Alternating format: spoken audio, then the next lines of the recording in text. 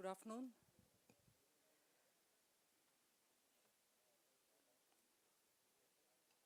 There are just one or two issues on which we would like to draw your attention and also state our position. We start with the claims being made by the Vice President of Congress, Sri Rahul Gandhi. Before I get into the specific claims,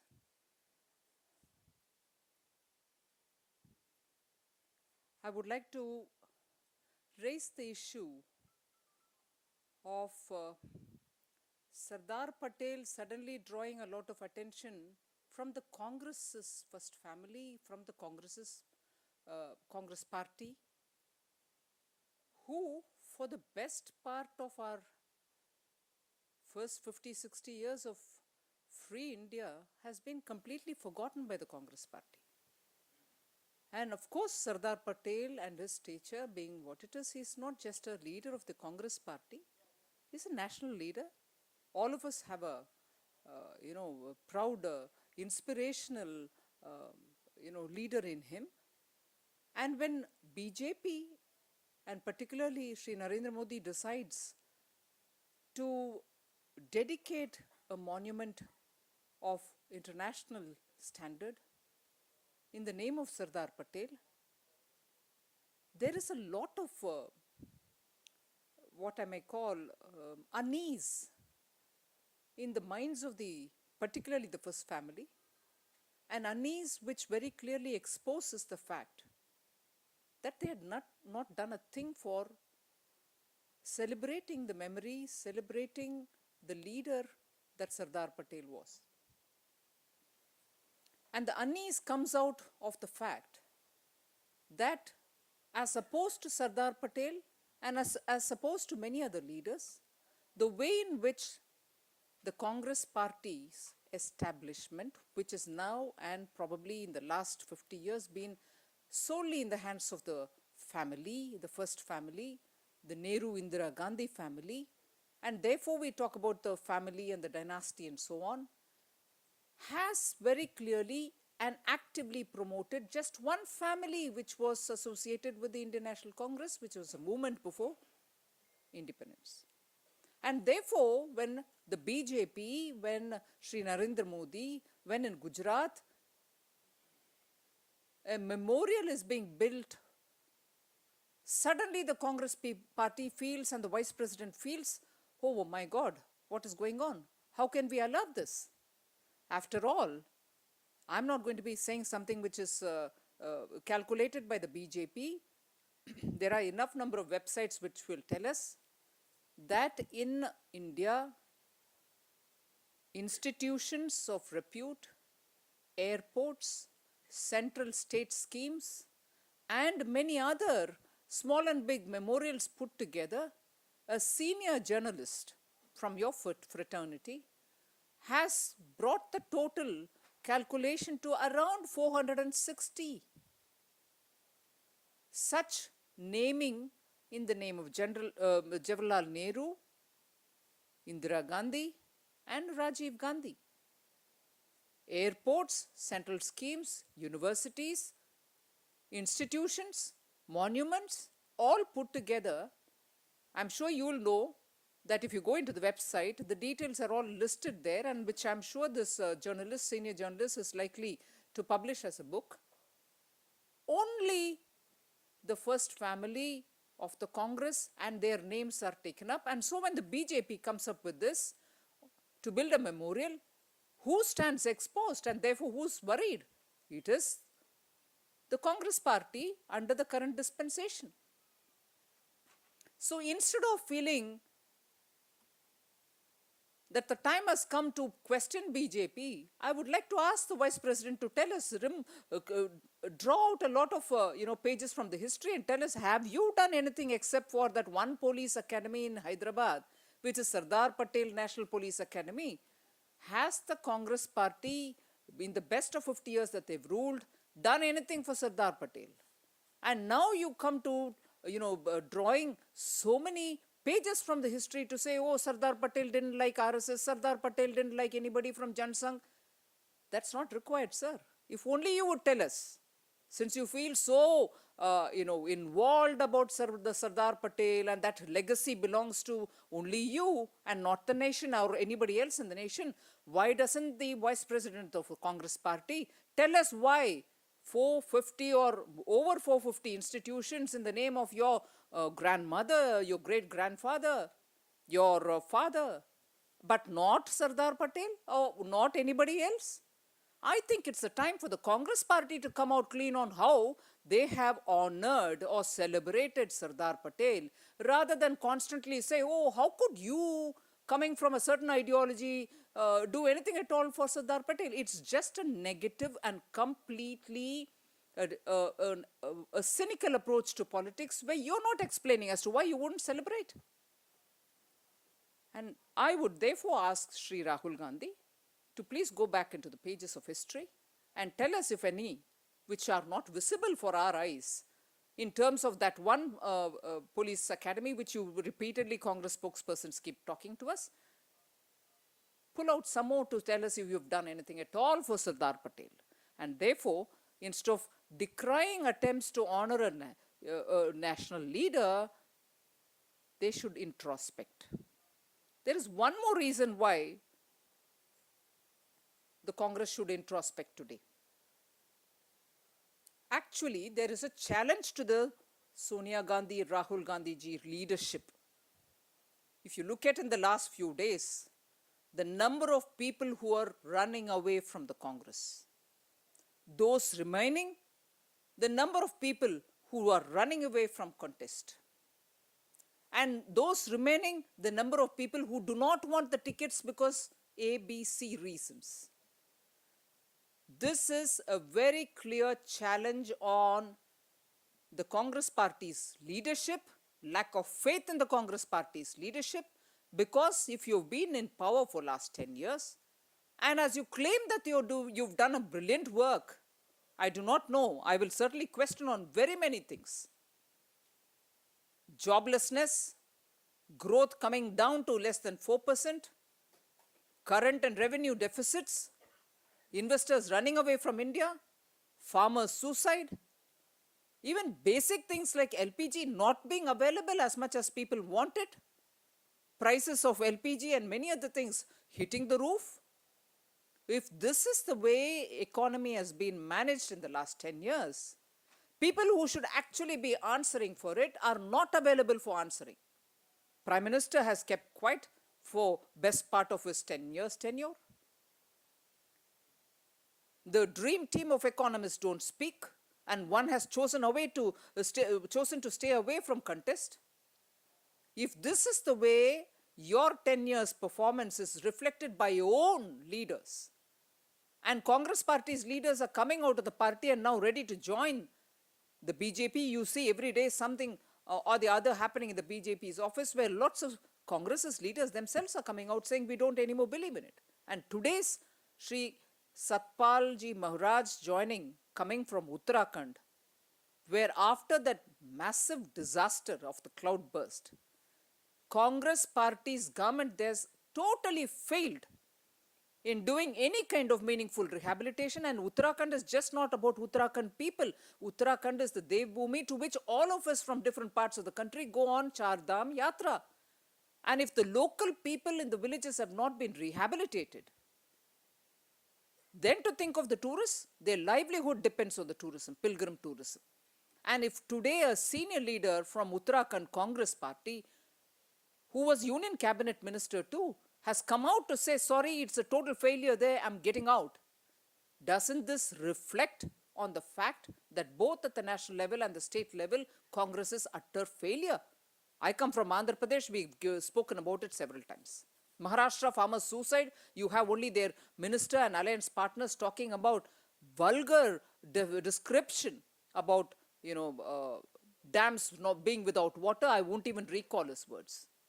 This is the way the governance has happened in 10 years rule of Congress, both at the center and in the states like Maharashtra and in Andhra Pradesh, where Congress has been in ruling. People are coming out. There is therefore what I would call a challenge to the leadership of the present Congress party. They should introspect. It's time that they introspect rather than throw allegation at people, rather than question and look into other parties' affairs. They should look into their own affairs and tell us what's going wrong in them. 10 years, if you've done great inclusive growth, why wouldn't people want to be associated with you? Congress party or parties like JDU should refrain from commenting on others, considering that there's massive desertion of their own party. People are deserting JDU. People are deserting the Congress. There is no trust in their leadership. I think high time, particularly because there's an election which is going to happen sooner, these parties will have to contemplate, introspect as to what is their leadership providing to their own parties. I think the BJP, because given the groundswell, there's a lot of people's appeal to the people's imagination has been caught by the various ways in which we are reaching out to them, and therefore a lot of people are coming in to join the BJP, and that is the point on which Congress should introspect rather than look at us in a different way. Two specific points with which I'll finish. The two claims which I would like to take up today of Rahul Gandhi ji is about the road building, which he seems to happily repeat, forgetting that his data is completely misleading. I wouldn't even hesitate to say they are utter untruths. UPA 2, the government, which is his party's government, Dr. Manmohan Singh, who he claims he reports to, as per one of the interviews which I saw, he reports to Manmohan Singh. The vice president would only be better advised to see that his government has filed an affidavit in the Supreme Court, which said that during the NDA rule, 23,814 kilometers of road have been constructed during the NDA time. This is the data in the affidavit which was filed by the UPA 2 government sometime in June 2013. Contradicting this affidavit which his government has placed in the Supreme Court, the claim that Sri Rahul Gandhi makes is in the 5 years of NDA rule, only 2,650 kilometers were constructed. I wonder who gives him the authority to reduce the facts which were given in the affidavit from 23,814 kilometers. He says only 2,650 have been constructed. I'm sorry, please go and look at your own affidavit which is filed by your government, Rahul Gandhi ji. Are you trying to mislead the people of India? Are you contradicting your own government's Supreme Court affidavit? It's not any press release, it's an affidavit filed in the Supreme Court. 50% of all roads constructed in India before the UPA government came to power were constructed during the 6 years of NDA. And if that is not something which you are aware of, or your scriptwriters don't tell you, or your backroom researchers don't tell you, you should at least have gone to check it up with the Prime Minister, to whom you report. I think it's a deliberate kind of an attempt to mislead, and the BJP condemns it. It's time for Sri Rahul Gandhi to clarify whether it was an attempt without knowing, or would he want to correct himself. The second claim on which we have an issue is about this one rank, one pension, which after 10 years of, remaining quiet, suddenly because they saw a lot of, ex-servicemen and armed forces officials coming to the BJP and talking about it. And let me remind you, during 2009 election campaign, Sri Lal Krishna Advani ji had raised this one rank, one pension issue, and had only in 2009 the NDA formed the government after winning the election, we would have implemented itself. But we had very clearly mentioned it during the campaign. So to behave as though it was something which has come out of his, he pulled a rabbit out of the hat business does not work here. I think Sri Rahul Gandhi should please do some research, get his facts right, talk about it, and then probably address the people rather than mislead. The last issue is about the visit or the delegation which went to the Home Minister today. BJP had a 3-member delegation meeting Sushil Kumar Shinde ji, We expressed our concern because media had carried reports that based on IB sources, they have reasons to believe that our leaders are under threat, and that threat would even go to the extent of kidnapping some of our leaders. So we expressed our concern. The Home Minister gave a patient hearing, and he said he assured that all steps will be taken to protect our leaders. And in fact, we had suggested that yes, we are concerned about our leaders because not just the media report, but through again the media, we have also come to know that there were threats from Indian Mujahideen naming some leaders. Clearly, naming, of course, Narendra Modi ji, naming Advani ji, naming General V.K. Singh, and therefore, we have expressed our concern that if there are very clear threats coming from these sources, there is a reason to believe. And also, you know, the Patna rally, Hunkar rally, where massive threat translated into bombs. Only God's grace saved our leaders and also the entire public from Bihar's all corners who were assembled there to hear Shri Narendra Modi ji. It's grace of providence that all of them went back home safely. So we voiced our concern to the Home Minister. We requested him. He gave a patient hearing, and he assured that he'll ensure safety of all our leaders. Thank you. If you have anything more to.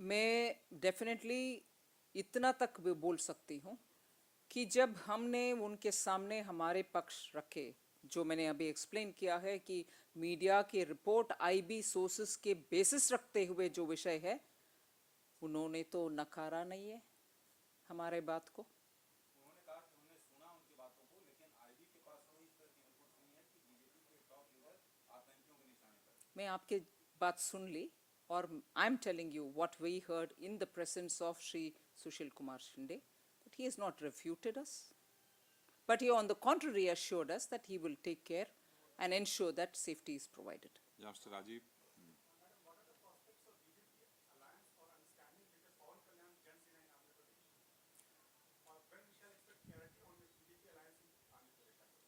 At the earliest, I suppose. There's nothing that I can report today, but at the earliest, we'll let you know about any alliance anywhere. I'm not specifically answering about a particular alliance, but about any alliance, we'll let you know as regards Andhra Pradesh. Yeah, Mr. Venkat.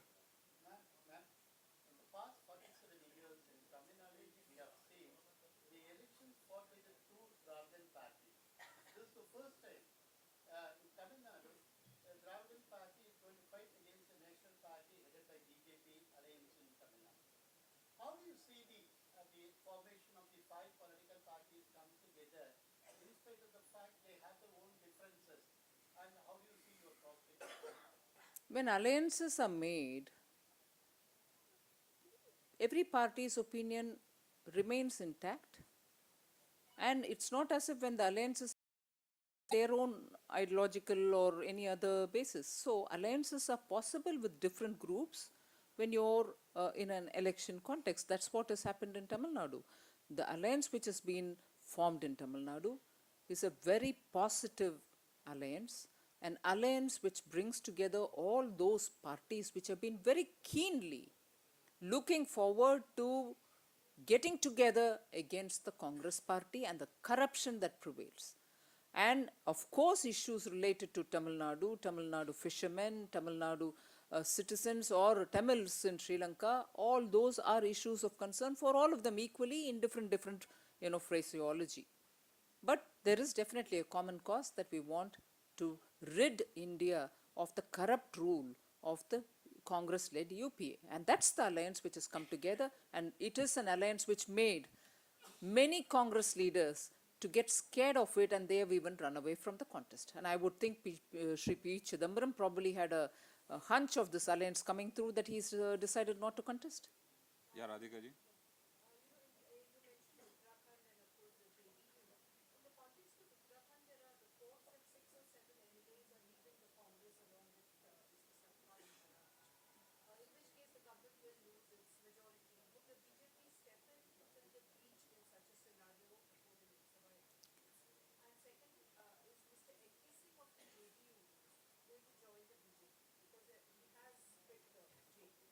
Right.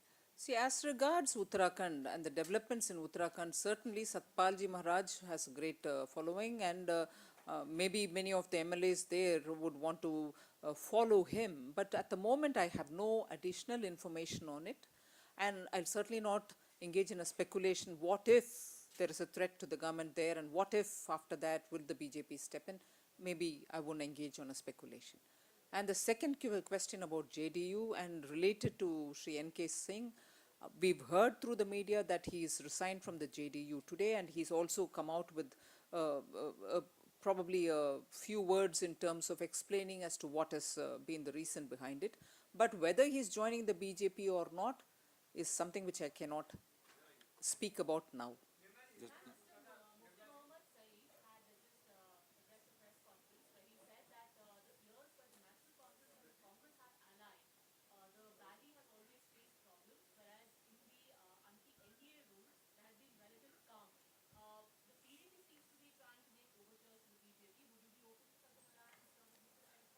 Well, first thing, it is very gratifying to know that there is a near unanimity in the Jammu and Kashmir regions that during NDA there was a positive engagement with Jammu and Kashmir, and during NDA under the leadership of Shri Atal Bihari Vajpayee, there was definitely an approach to develop Jammu and Kashmir with a sense of peace and harmony.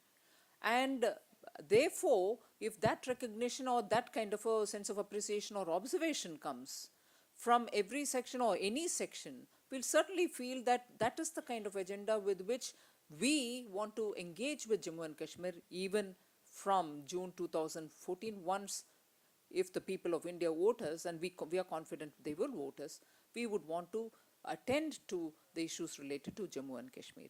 But as regards which party joins us and which party is sending any feelers, there's nothing for me to comment at the moment. Yeah, Atish.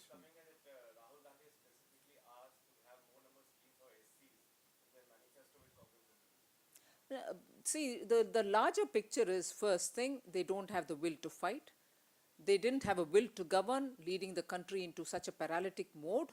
Now, without the will to govern and will to fight the elections, they don't have a message. In fact, if you see, the Congress's campaign has lost its steam. There is no message coming out of it. And now they can, at random, like an applique work, have a piece here, have a piece there, and say, this is SC, this is ST. It doesn't fall into the larger message of what is it that they're trying to speak. When you ask them questions about development, when you ask them questions about their failure in producing even jobs, NDA time, the NSSO statistics has shown very clearly that nearly 5.5 million jobs were created. Whereas what is this government doing? How many have they produced? Not even 1/10 of it.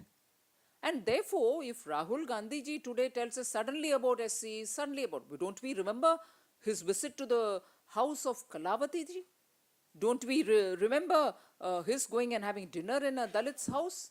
And after that, my question, therefore, is what has he done till now? And unfortunately, Kalavati's situation has probably become even worse after his visit. And you saw the way in which Maharashtra government is attending to issues related to farmers, Dalits, and others. If only when they come to protest, they fire at them. And farmers, 2 of them died 2 years ago. Don't we remember that? Has Sri Rahul Gandhi given answers for these things much before he says, I'm giving this program for SCs, that for somebody else?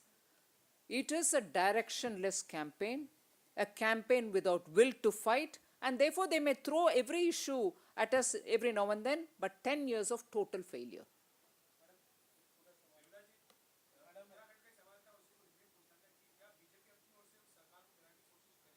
मैं जवाब दे चुकी हूँ, उसके ऊपर मैं speculation करने वाली नहीं हूँ.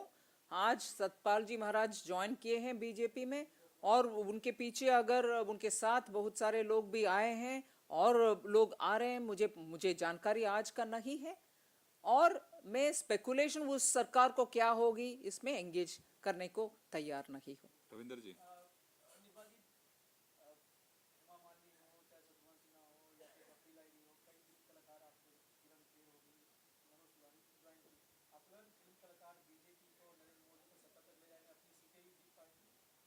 सिर्फ फिल्म कलाकार नहीं है, वैसे एंटरप्रेन्योर्स बहुत सारे हैं, प्रोफेशनली जो सक्सेसफुल हैं वो भी हैं। मैं पूरे जानकारी के साथ आपको अलग एक बार बैठती हूँ, आपसे बात करती हूँ। बीजेपी के कैंडिडेट्स के लिस्ट आप तुलना कीजिए कांग्रेस के लिस्ट के साथ। A varied section of society has got represented here. इसमें हर तरीके, हर सेक्शन ऑफ द सोसाइटी से लोग हैं, जिसमें जरूर कलाकार लोग हैं, फिल्म इंडस्ट्री से जुड़े हुए हैं। मैं मानती हूँ जनता तक पहुंचने के लिए और उनके उम्मीदों को एड्रेस करने के लिए जितने भी लोग चाहिए उतने हमारे साथ जुड़े हैं और भी ज्यादा जुड़ रहे हैं।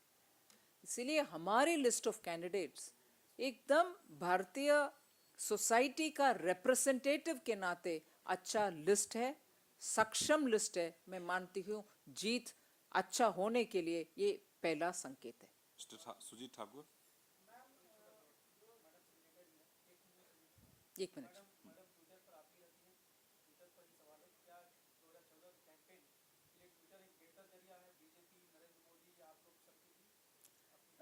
बेहतर है कि कम है, मुझे मालूम नहीं है, मगर जरूर एक पावरफुल मीडियम है। चाहे वो डायरेक्टली 1% से कम लोगों के ऊपर असर पड़ेगा और उसमें एक्टिव 1% से कम लोग भी हो सकते हैं, मगर आप जो मीडिया से हैं ये तो जरूर आप मानने को तैयार होना चाहिए कि अगर कुछ इश्यूज मेन स्ट्रीम मीडिया कुछ कारणवश इग्नोर करते हैं, आज मेन स्ट्रीम मीडिया को भी दबाव डालने वाले सोशल मीडिया की वजह से बहुत सारे इश्यूज को आप उठा रहे हैं। इसीलिए सिर्फ नेशनल मीडिया नहीं, स्टेट लेवल का मीडिया में भी सोशल मीडिया के असर है। पॉलिसी इश्यूज में क्वेश्चन करने वाले सोशल मीडिया इसीलिए प्रभावित है इलेक्शन में उनका, इसीलिए मुख्यतः इंपॉर्टेंस देना चाहिए।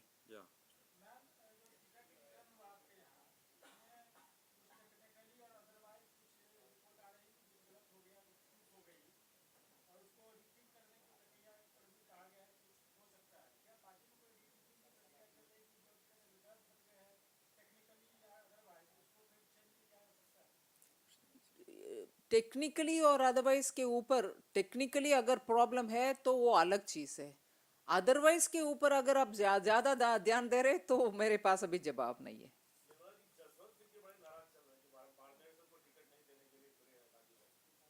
मुझे मालूम है कि भारतीय जनता पार्टी के लिस्ट के ऊपर बहुत अध्ययन हो रही है। मैं फिर भी मेरे हम्बल रिक्वेस्ट ये है कि टिकट लेने में संकोच करने वाले के ऊपर भी कांग्रेस में जो ज्यादा है उसके ऊपर भी अध्ययन होना चाहिए। ये विषय हम सुलझाएंगे। हमारे पार्टी में बड़े को रिस्पेक्ट करते हैं, हम जाकर बात करते हैं, मनाते हैं। ये सब ओपन डेमोक्रेटिक पार्टी में आपको डेफिनेटली नजर आएगा, क्योंकि आप लोग तो हमारे ऊपर प्रेम ज्यादा रखते हैं, इसीलिए दिखाई देगा। No, I on this issue, हाँ sorry, Amitabh ji complete.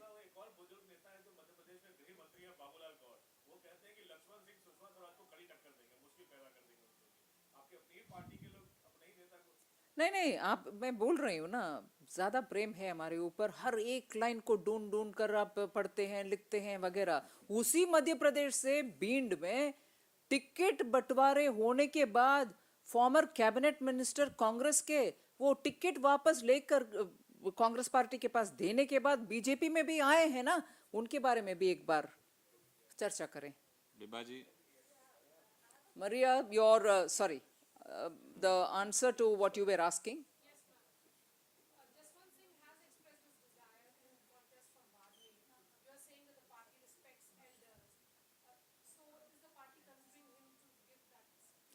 Well, see, the question is, since you are observing us so closely, many things are coming out for you to ask us a question on. The party's culture is that we do respect our elders, we sit with them and talk it out with them and so on. So that exercise from the party will happen. What will be the eventuality of it is something which I may not have a brief to comment on today.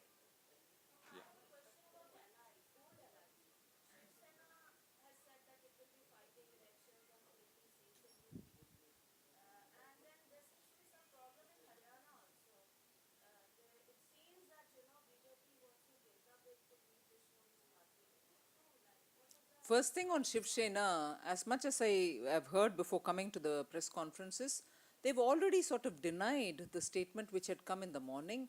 Uddhav Thackerayji himself has spoken and Aditya Thackerayji has spoken. There is some kind of a mismatch of information which is coming through the media and which is coming through the Shiv Sena. Right, right. That is fine. As an alliance partner, whatever decision they take, they will explain as to what they are doing. For me to sit here to comment on it may not be appropriate. Yes, Shiv Sena is a very old, valued, and respected alliance partner of the BJP. There is no doubt about it, and there's nothing much more for me to comment on it at this stage. Yeah, Mr. Mangesh. Haryana, there's no information. I mean, I don't know where you're reading anything that it is likely to break up and we are looking for new partner. No, there's nothing at all on that. एक में मंगेश का ले लेते हैं मजुमदार जी.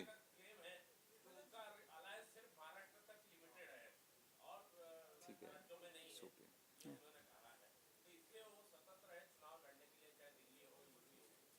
हो गया. ठीक है. मंगेश जी. शिवसेना के बात तो आप सुन रहे हैं ना, ठीक है, मैं उसके ऊपर कमेंट करने के लिए कुछ नहीं है. निर्मला जी, महाराष्ट्र में आपका almost all candidates have announced, लेकिन सिर्फ पूना का रहा है. तो क्या पूना में अगर करमारी खड़े रहते हैं तो क्या बीजेपी उनको सपोर्ट करेगी पर्दे के पीछे से या ओपन में? क्या चीज? I'm sorry, I will not even respond to that question. It's your right to ask it, but I won't respond.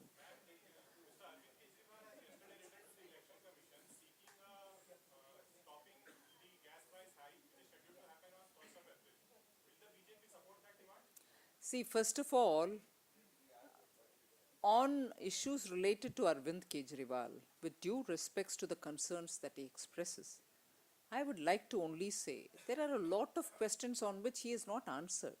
He is going around the entire country raising issues. And because it's an open democratic society, I can understand the compulsion of the media which would come back to us and say, what would you want to say? But for somebody who has only kept a record of leaving before completing any one agenda, he left Anna Hazare, he then left the movement, then he left the government. Now he's here now asking questions of everybody in the country. Even if I want to ignore all this for a minute, more than 40 questions were being asked by Dr. Harshavardhan, who sat opposite to him as a leader of the opposition for the 49-day government that he ran. I think it is Arvind Kejriwal ji's due to the people of, he owes it to the people of Delhi to answer those questions, because after all, the assembly didn't run for more than 49 days. Dr. Harshavardhan is asking legitimate questions of that chief minister who left at 49th day. He should first answer them, first be honestly transparent about where his funds come from, and then go around the entire world asking questions. If indeed asking questions is the objective, what will happen to all of you all?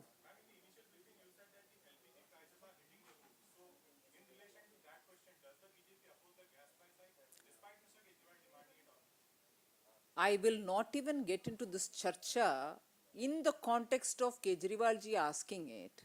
I'm talking about NDA government's time, when there was no limitation on the number of connections you want in a household. I'm talking about the cylinder prices which was kept well affordable by anybody. So, our credentials as regards gas and gas availability and gas cylinder availability to families is well established. And we proved by governance that we would allow this to be available for Aam Aadmi. Even in the hilly regions of India, gas cylinder was freely available. We have a credibility on the matter at the national level through our 6 years good governance. So I don't think we need to answer questions of convenience which is coming from Shri Kejriwal, rather than wait for his answer on many of the issues.